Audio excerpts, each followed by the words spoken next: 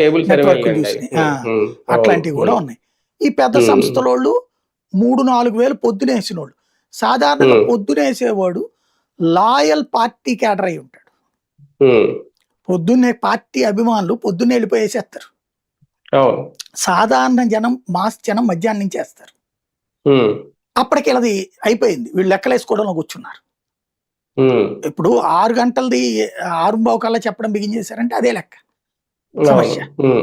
కాబట్టి ఆ రూట్లో ఇప్పుడు గుజరాత్ లో లాస్ట్ ఎలక్షన్స్ అప్పుడు, అంతకు ముందు ఎలక్షన్స్ నెక్ టు నెక్ జరిగింది. రాహుల్ గాంధీ స్వయంగా కూర్చున్నాడు, ఆమ్ ఆద్మీ పార్టీ కేజ్రీవాల్ స్వయంగా కూర్చున్నాడు గుజరాత్ లో.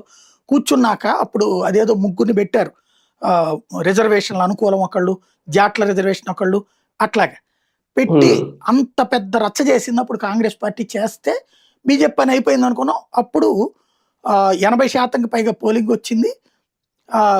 కాకపోతే బీజేపీ 98 స్థానాలతో గెలిచింది, 98-99 అయిపోయింది అనుకున్న టైంలో. అలాంటిది క్రిందటిసారి బీజేపీ అక్కడ గుజరాత్లో ఎన్నికలు జరిగినప్పుడు ఇప్పటికి మళ్ళీ గుజరాత్ చరిత్రలోనే అత్యధిక పోలింగ్ జరిగింది. దాంతో అటు కేజ్రీవాల్ కానీ రాహుల్ గాంధీ కానీ అయిపోయింది ఇక మోడీకి అని. అప్పుడే మీరు గుర్తెచ్చుకుంటే తెలుగుదేశం కూడా గుజరాత్ లో పోయింది అనుకున్నది బీజేపీ. తీరా చూస్తే 145 సీట్స్ వచ్చింది ఏకంగా. అంత భారీ విజయం సాధించింది. కాబట్టి మమతా బెనర్జీకి అటు కూడా రావచ్చేమో.